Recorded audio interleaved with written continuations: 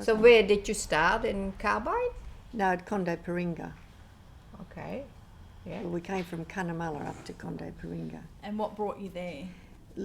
Glenn won it in a land ballot. Ah, so what year was that? Chris was 6 when we came up here, so it would have been about 1968. Wow.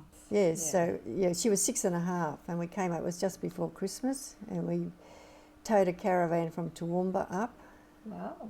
And then when we went to go out there, where Glenn, he'd come up and had a look at the block, because it was divided off Brooklyn the same time as Hurricane. Yeah.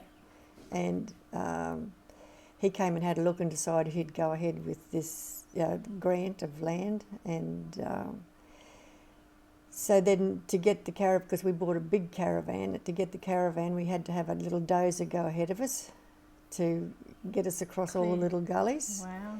And we sort of set up camp on the banks of the Hodgkinson, and you could look out on a broad expanse of Mulligan Mountain. Yeah. It was absolutely glorious to look at that mountain. I can imagine. And so... that would be a big trip for that time, eh? Yes, it was. Yeah. Quite sort of can nerve-wracking. I can imagine. And at those days from Mareeba out, it was all dirt road. Yeah. And Yes. so we had, I think his name was Johnny Adams. I think Bunny was Dave Pedersen's daughter. They had Brooklyn Station, and her husband came out and helped us build a shed, like cutting down the trees and building a shed. So we had the caravan under the roof of the shed. Yeah, and then you had to start from scratch. You know, get a tank out and pump the water up to the tank, and then from there you enclosed the stumps, and that was your bathroom. And then you made a donkey with a 44-gallon drum and sort of covered with ant bed and light a fire every day. And so all interesting. And, and then and Michelle was to start school the next year, so I taught the girls correspondence till they went almost to high school. So they did correspondence then? Yeah, they did correspondence. Then So is that when you decided you'd be a teacher? No, I was a teacher before that. Oh, you were? Before I got married. And yes, so after it was really good having the correspondence lessons, because I was a stickler for having the schoolwork done.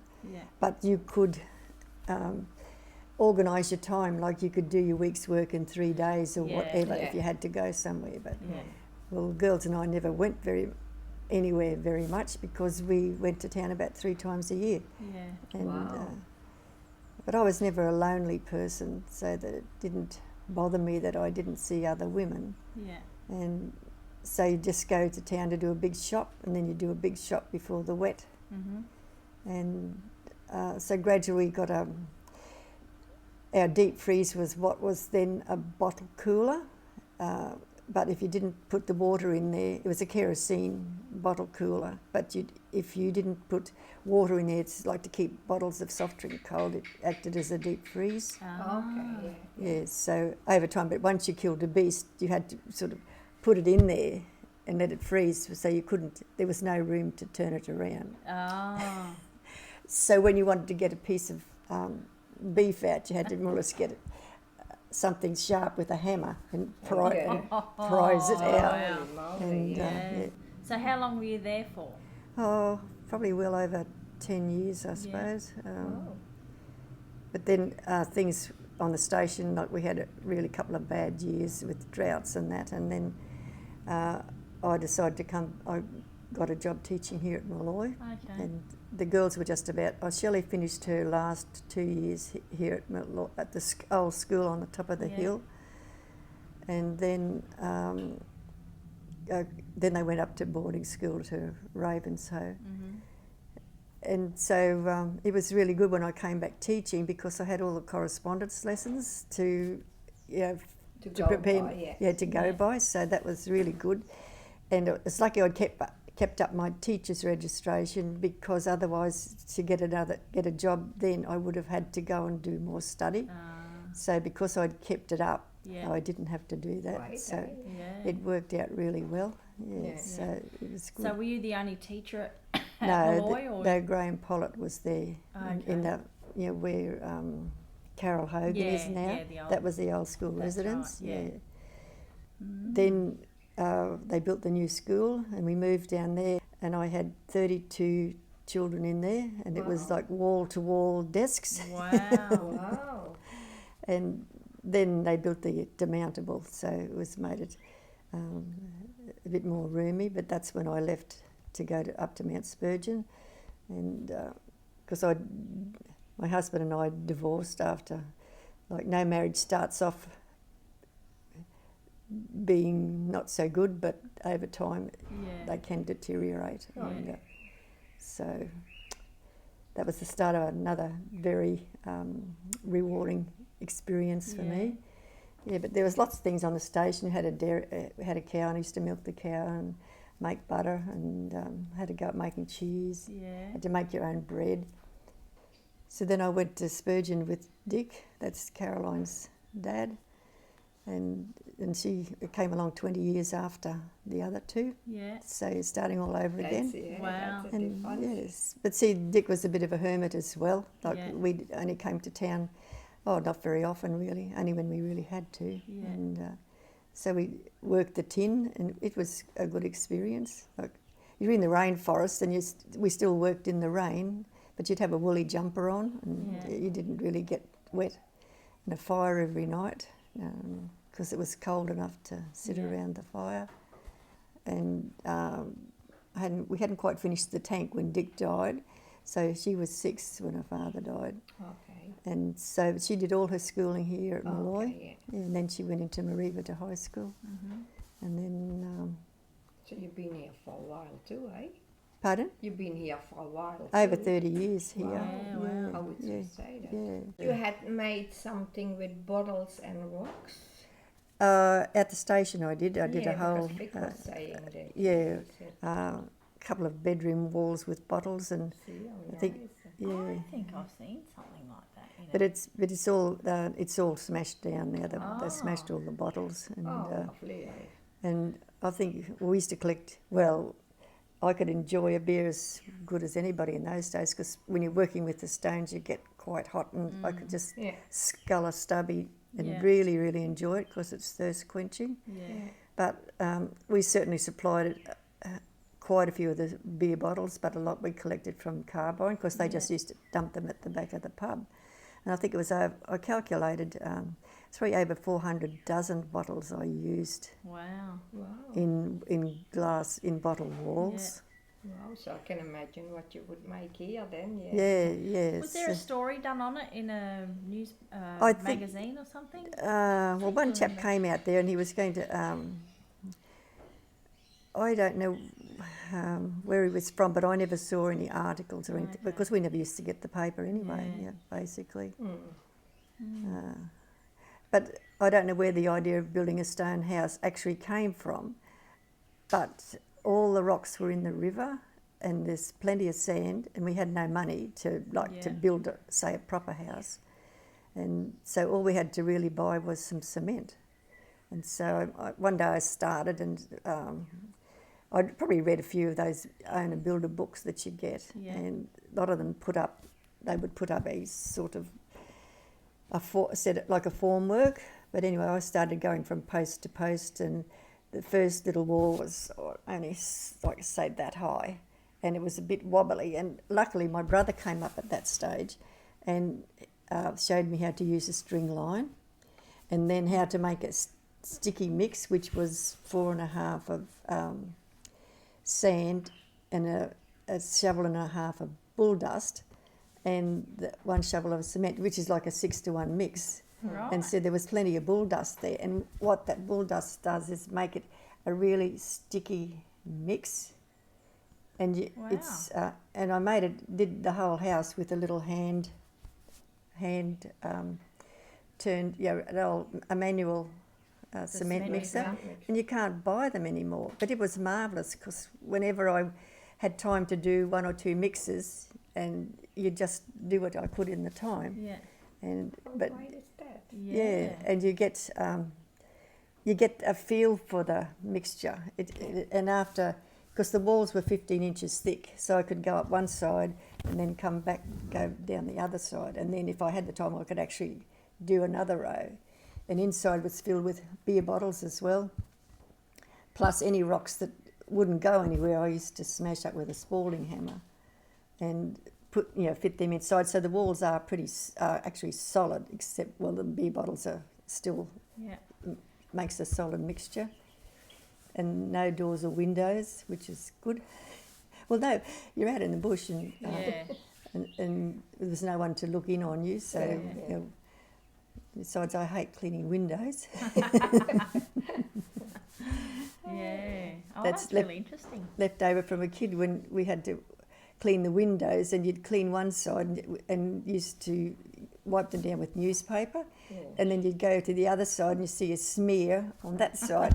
So you go back that side and then you see a smear on that side, outside. So that's put me off cleaning windows because they never seem to be very clean. And I remember one occasion the girls, I don't know where the girls were, they might have been in a mustering camp, and I had to take the Land Rover, I think it was, to town, and that evening about 5 pigs came onto the lawn. So I shot 4, and the 5th one I didn't hit well enough, and I had a dog called Buccaneer, and he was fighting this pig and he dragged it inside somehow and put blood all over. I had a big sort of yellow carpet thing, and I had blood all over this carpet, and I had to spend hours getting all this blood off the carpet, and I dragged the other pig outside, but I didn't have time the next morning because I had to leave early to go to town, and there's 5 dead pigs on the lawn and nobody home. And I think John Pringle came down but I wasn't there. I know what to make of all these pigs on the lawn, but they had to wait. And I'm not one to really look back on what I've done. For me, the enjoyment is in the process of doing something. That's where, for me, I don't look back and say, oh, I did that. Yeah. I enjoy what I'm doing when I'm doing it, but the stones sort of, after a while when you're working with them, you can nearly go and pick up the stone you want to fit in the next spot. Yeah. But the more stones you have lying around, the better as well. Yeah. But I had no scaffolding. My scaffolding was 2 44s and a plank. So I must have been pretty fit, really, when you've got to clamber up on 44-gallon drums to reach up high. Well, you would be because you've done all these things. At the time you had to be pretty fit, I suppose, but you don't think of it that way. You're just doing it. You do. Just do it. Yeah. Tin was a good price back It then? was, yeah. See, we could have worked harder, got someone to help us, but if you have someone to help you, then they're not going to be really prepared to go out and get wet.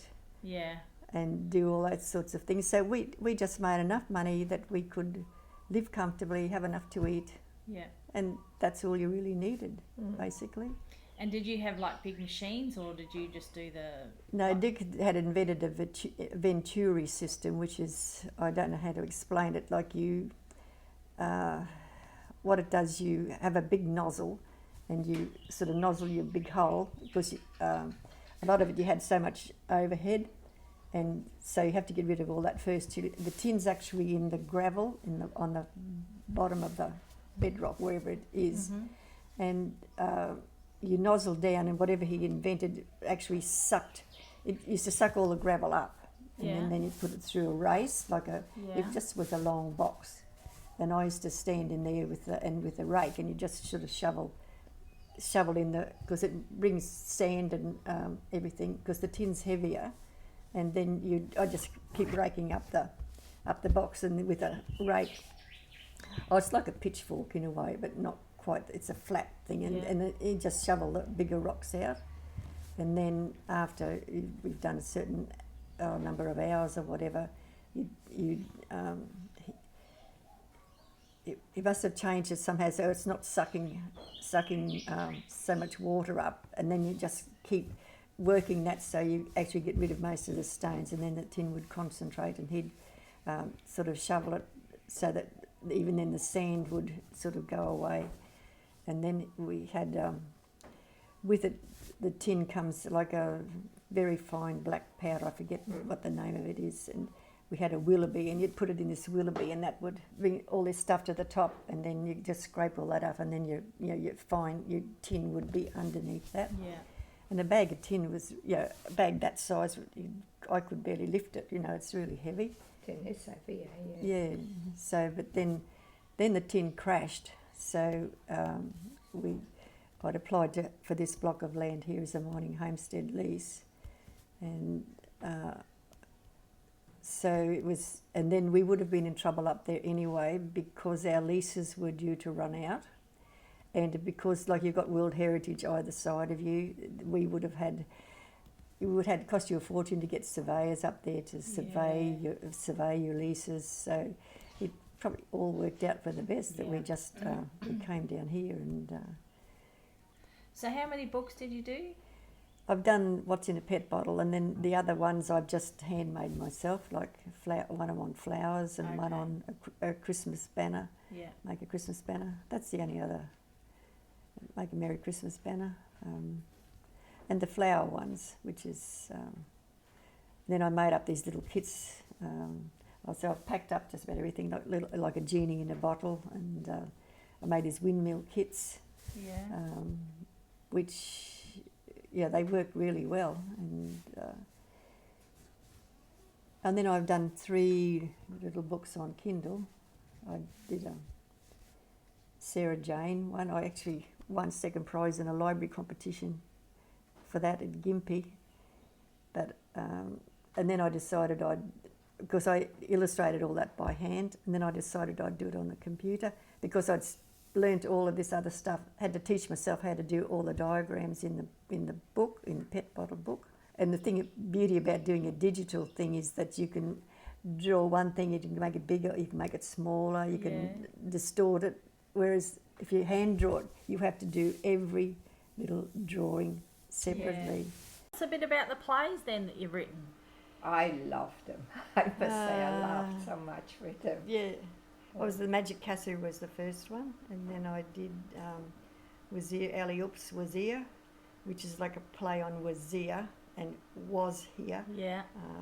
And then It Isn't My Practice, that was a one-act play. The first one actually that we did with the theatre group was The Order of the Bath, which was based on 3 kids, and always the fight was about who would have first bath.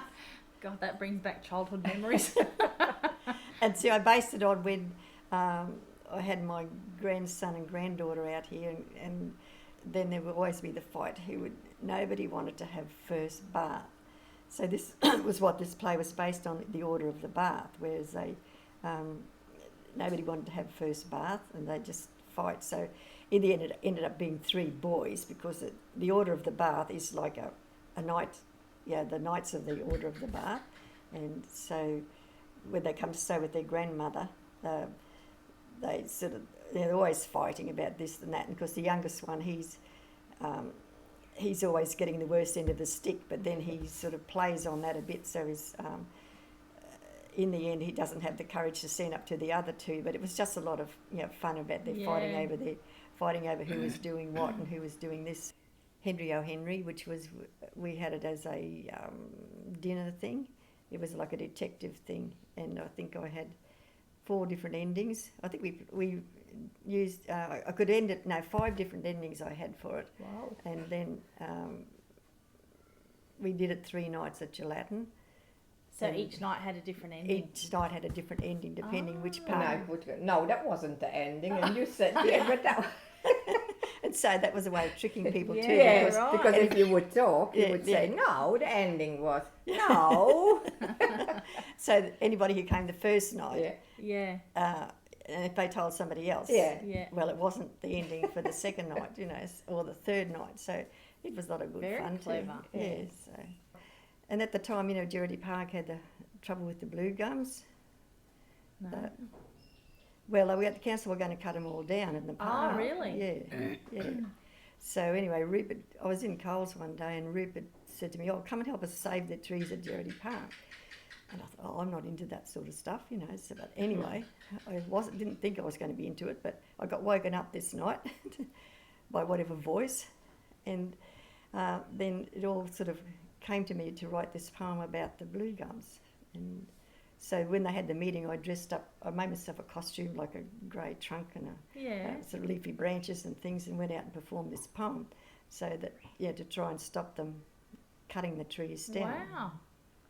And then I actually wrote a story line to go with it, and the poem comes in the middle, towards the end of it. So in the end, what they did, they just decided to monitor the trees, and so it wasn't me that saved the trees, but a concerted. But how to? It's a concerted, local effort for the council not to chop them down.